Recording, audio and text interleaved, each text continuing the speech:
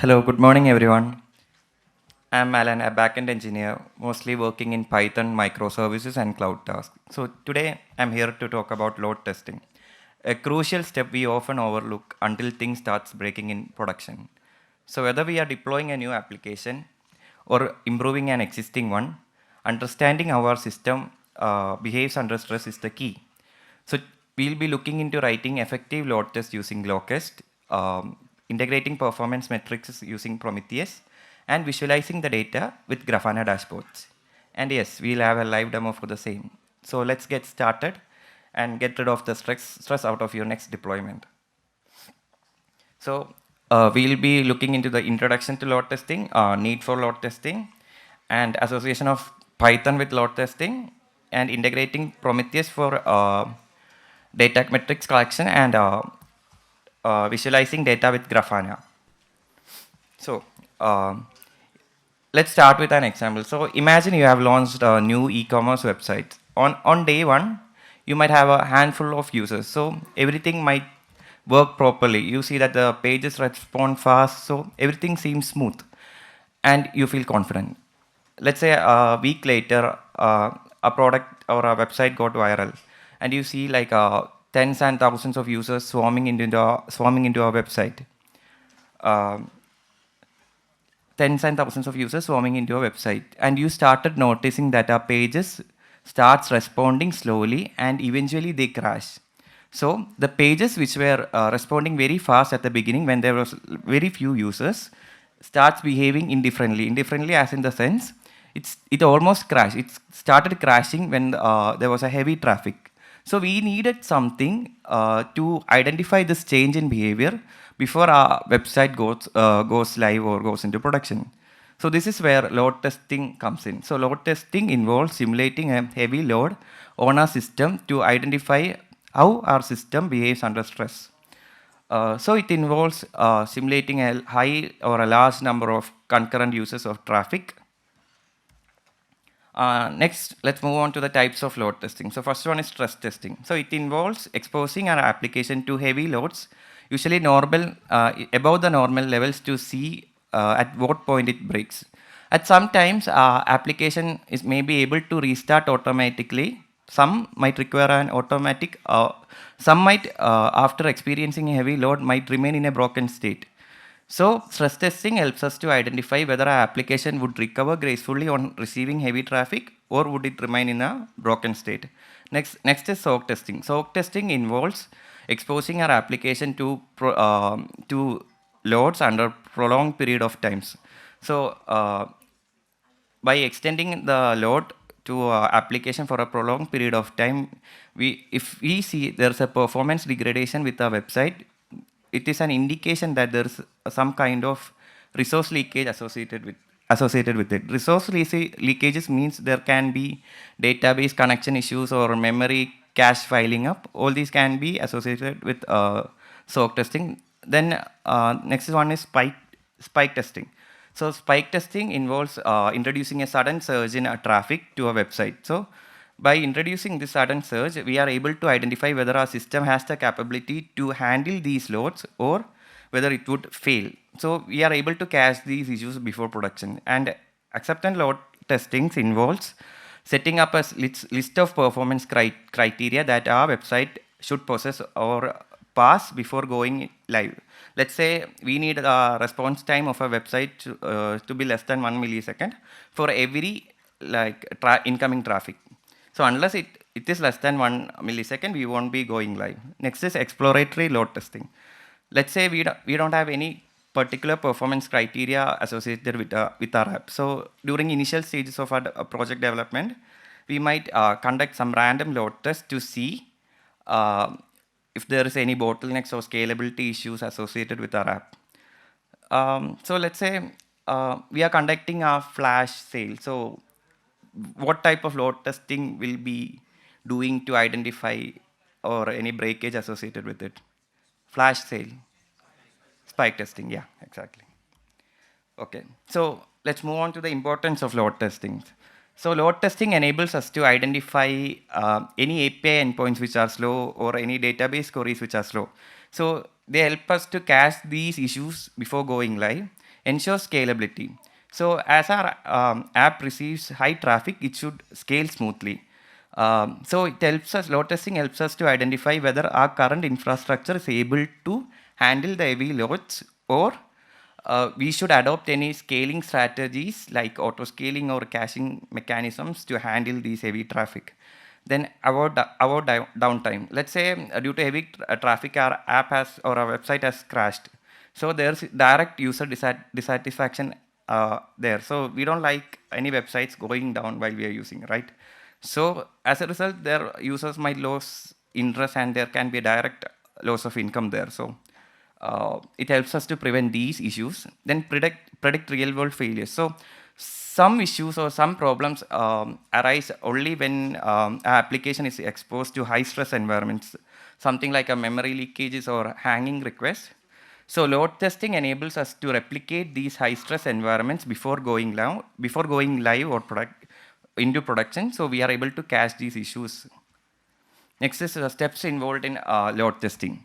So under load testing, we have to create a script. So what we are doing here is simulating a large number of traffic to our website. So who's simulating our traffic? It's basically the users are simulating the traffic. So we need a script to simulate virtual users, which in turn redirect traffic to our website. And the next step is, once we create this script, we have to verify whether our script is working with a single user. So once it's working, we run the load test by spawning many concurrent users. So once this is done, we'll get a lot of data metrics. So we should analyze these data metrics to identify whether there is any behavioral changes associated with the system. And association of load testing with Python. So Python is a popular choice for load testing because of its simplicity and rich ecosystem. It's easy to maintain code in Python. We don't have to write complex boilerplates or like syntactic sugars for writing load tests. So tools like Locust allows us to write or simulate user behavior in plain Python code. So we'll be discussing about Locust in the coming slides. And it is also useful for testing like different API endpoints or any web applications. It can be used to test REST endpoints or graphical endpoints, and even microservices, because it helps us to mimic user behavior. Let's say it helps us to simulate like user logins or data flows or any interchange connections like a real user would do. So it is useful for testing microservices because there is many chained operations associated with microservices. And there's an async module called async.io in Python. So for simulating large number of users, you don't have to spawn like multiple threads. Async.io module, with a single thread itself, we have the capacity to spawn large number of users. So here, the load testing with Python is less CPU resource intensive. So it's easy to conduct load testing using Python, and it is easily integratable with Prometheus and Grafana for data collection and visualization. So this is our load testing and monitoring stack. So we have a web application here. So using Locust, we'll be simulating traffic to our web application. So once this traffic is sent, so Locust can have different data metrics like the number of requests and the average response time. So all these data is now available within Locust.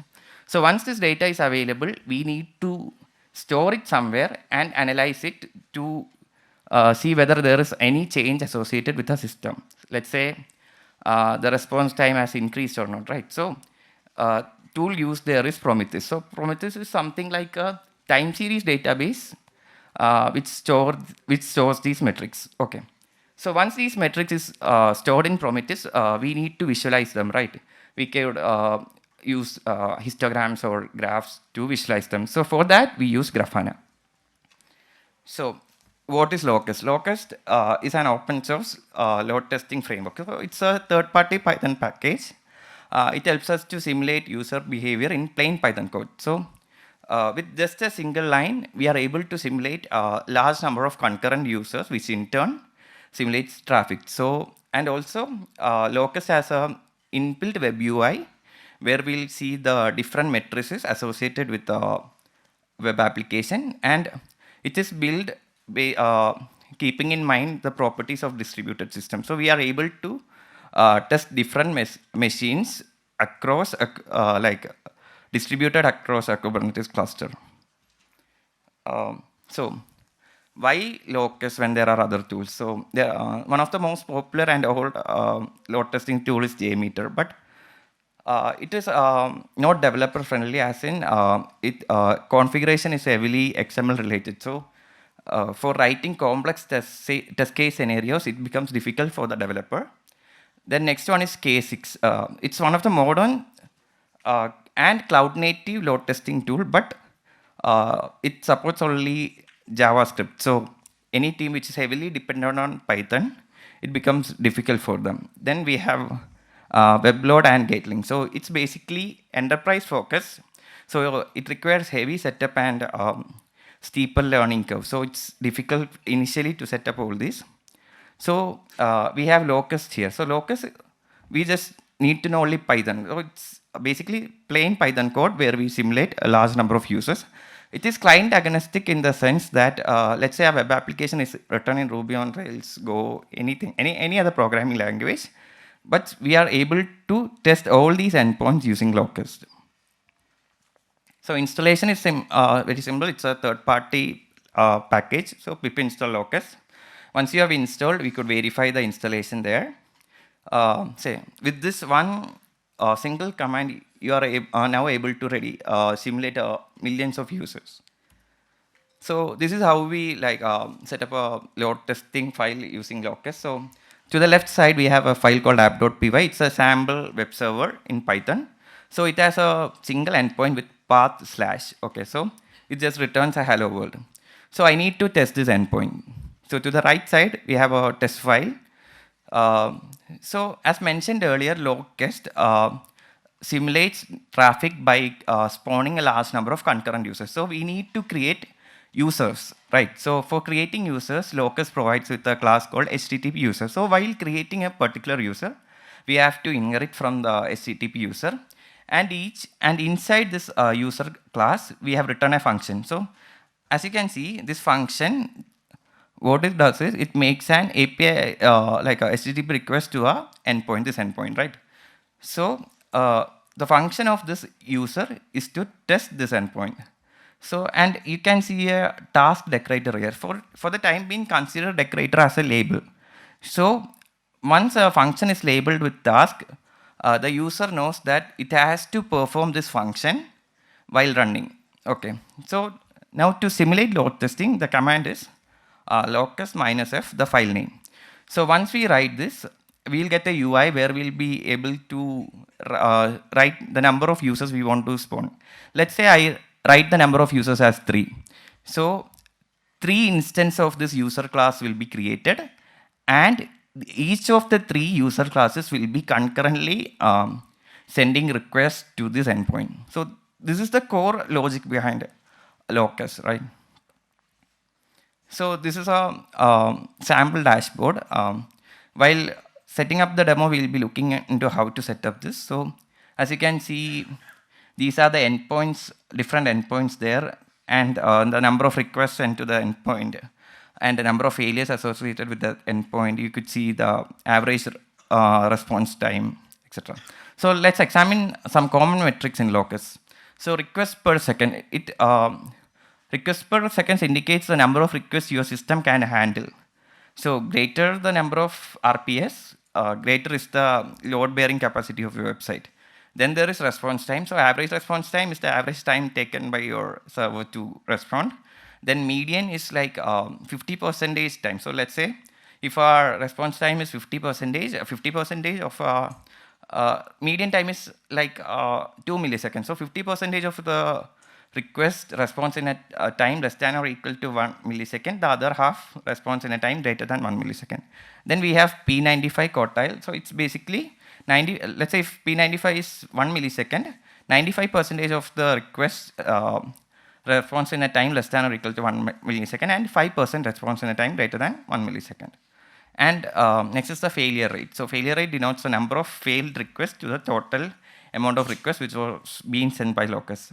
So imagine I'm building a payments app. So which one of the metrics would I be considering the most? Payments app. I'm sorry? Failure rate. Because for payments, the failure rate should be negligible, right? And next we move on to Prometheus. So as discussed earlier, so we have reached till, so we have a web application and we have conducted load testing using Locust, right? So, and we have the data metrics available with us. So once this data is available, we need to send it to a database so that we can analyze this over time and find out whether there is any behavioral change with the website on increasing the traffic. So for that we have Prometheus. So Prometheus is an open source monitoring system and it's a time series database. Okay. So usually Prometheus grab data from a web application with through HTTP from a /metrics endpoint. So any website which tends to give or share data with Prometheus has to expose these data metrics at a /metrics endpoint. So to expose these data at /metrics, we have Prometheus clients. Yeah, this is the basic function. It stores the matrices and we could query these later to identify any behavioral changes.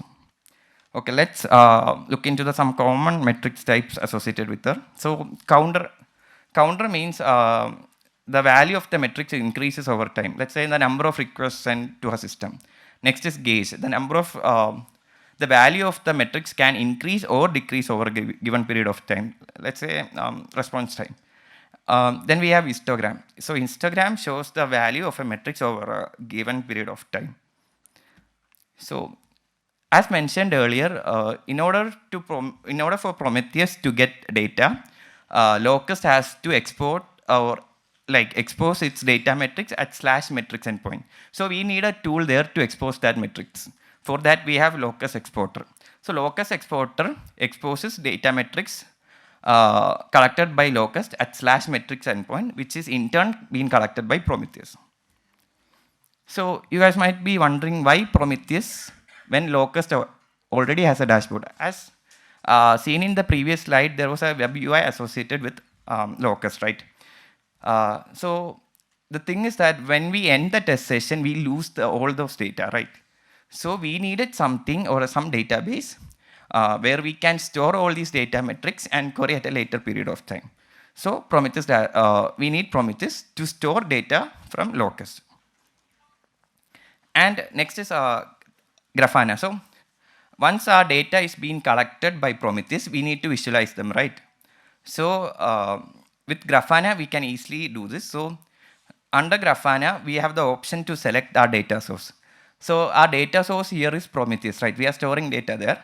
So once we select the data source under Grafana, we can create. So we have the option to create a dashboard.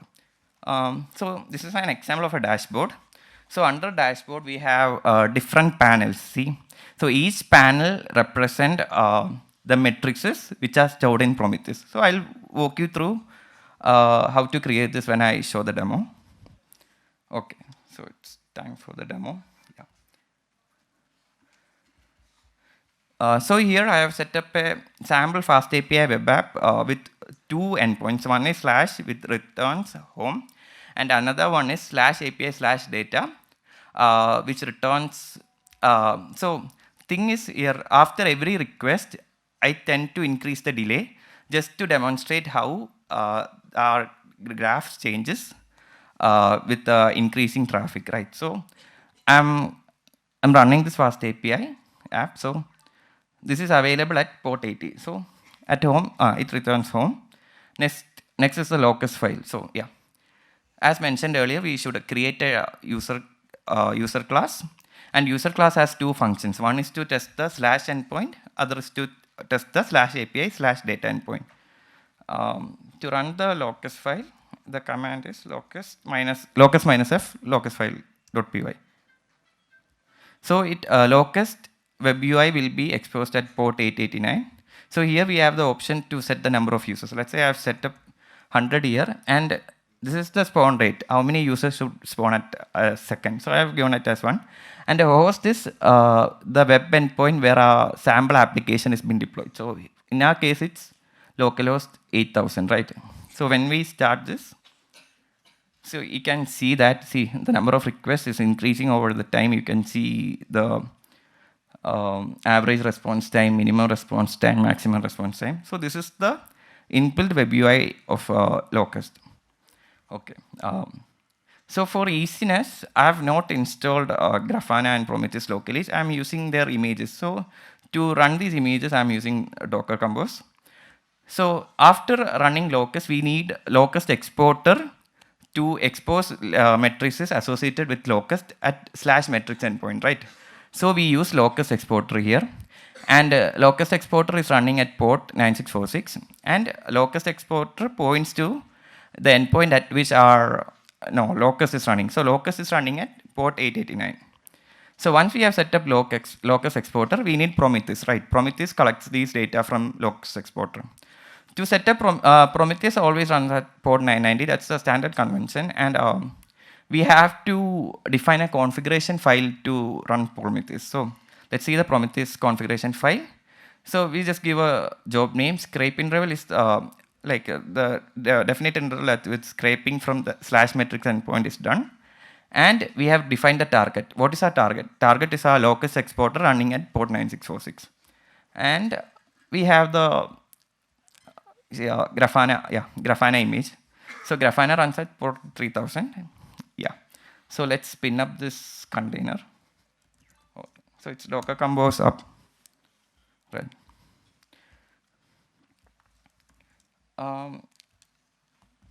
So Locust exporter is exposed at 9646. So you could see these are the different matrices exposed by Locust. So these will be in turn collected by Prometheus.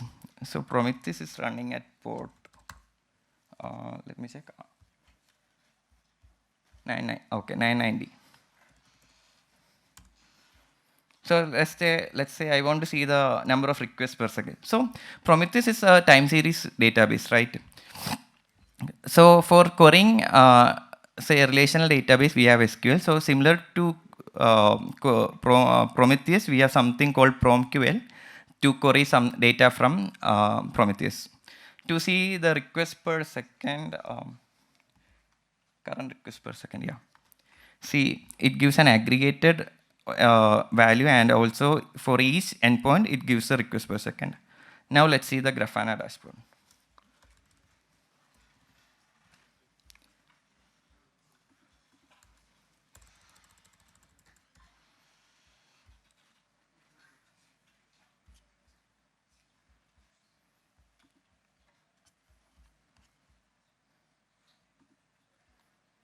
So first thing, we have the option to create new dashboard from here. So from scratch, we have to build something like that. So either you could do that, or when we visit grafana.com, they have already built some beautiful dashboards. You could either import from them and use them. So in this case, I have imported something which was already built by Grafana. So here, let's say I want to see the, instead of last 5 minutes, okay. See, these are the matrices which were collected by Prometheus over the last 5 minutes. So you could see the number of users swarmed, the current request per second, and see minimum request time, maximum response time, all these are available. And also different response times are also here, right? Let's say,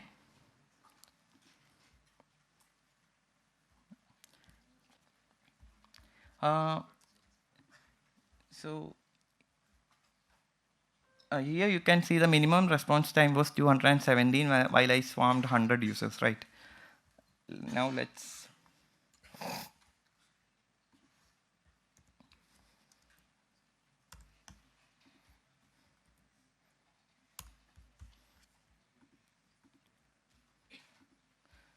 okay, let's swarm like 1 lakh users. So spawning at a rate of 100. And let's see.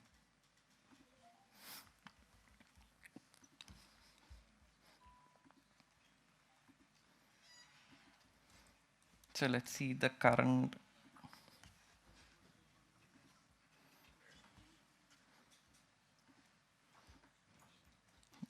So this might take some time.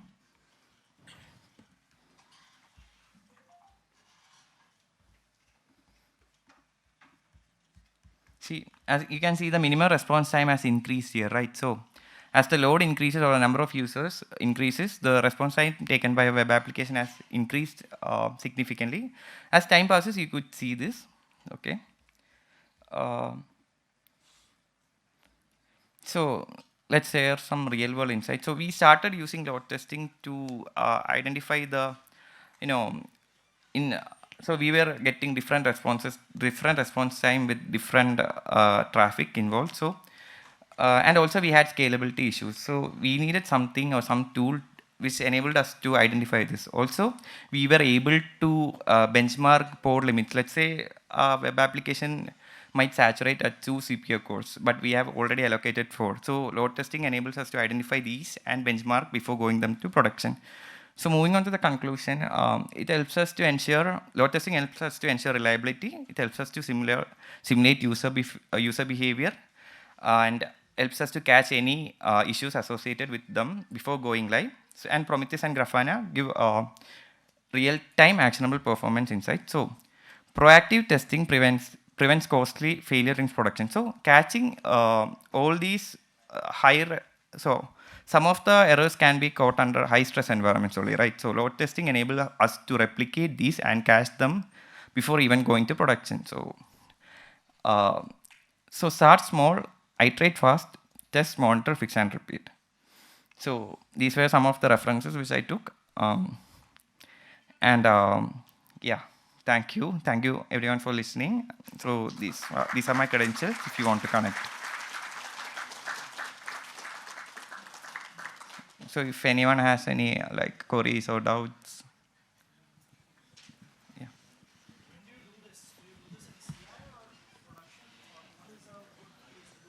So good place to do is first. So we'll have like different environments, like development staging. So ideal case is to first benchmark in development environment. So once we get the uh, benchmarks there, we have to save it somewhere and also try to with those benchmark, try simulating the same load test in staging also. If both the results are equal, then we don't have to worry about production. Yeah.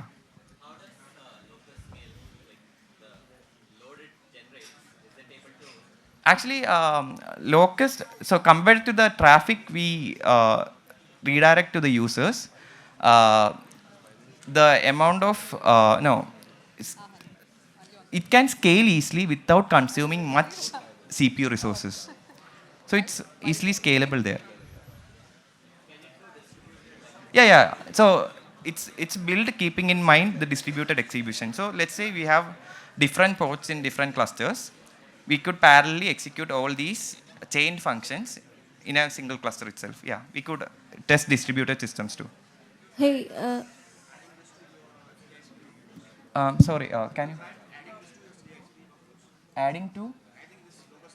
Uh, yeah, yeah, it's possible. We can add Locust to CI/CD pipelines too. It's there.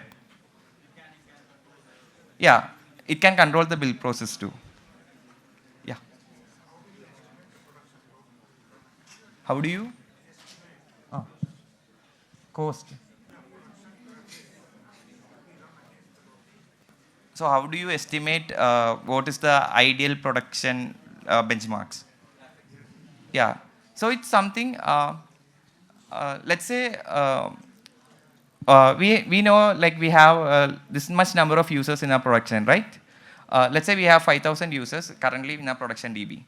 So in our development environment, we'll test out with 10,000 users. We'll test with double the amount of users and see whether it could handle or break in production. Let's say if doubling the users break the infra, we'll scale up. Any more doubts or? hey, hi. Hi. Okay, maybe a naive question, but you're using async.io for concurrent users, right? Yeah. Uh, I'm assuming maybe like end users are batched across multiple threads, but it's still No. Here we are not using async.io doesn't spawn across multiple threads, right? It's basically single thread. yeah. So Which it's single threaded, so it's yeah. not truly concurrent. Whereas in a real world, it's truly concurrent requests are reaching us. So it's not an accurate simulation of a But real it's world. somewhat nearby representation. What you said is right. But let's say we are spawning this in multiple threads. So the testing itself will become CPU resource intensive, right? So we will not be able to identify whether the load came from testing or actual request from the user. So we'll follow async.io, spawning users within a single thread, async.io and a concurrent. Yeah. Okay. Sorry. Time is up. Thank you, Alan. Yeah, sure. Thanks. Thank you. Yeah. You can connect with him in offstage.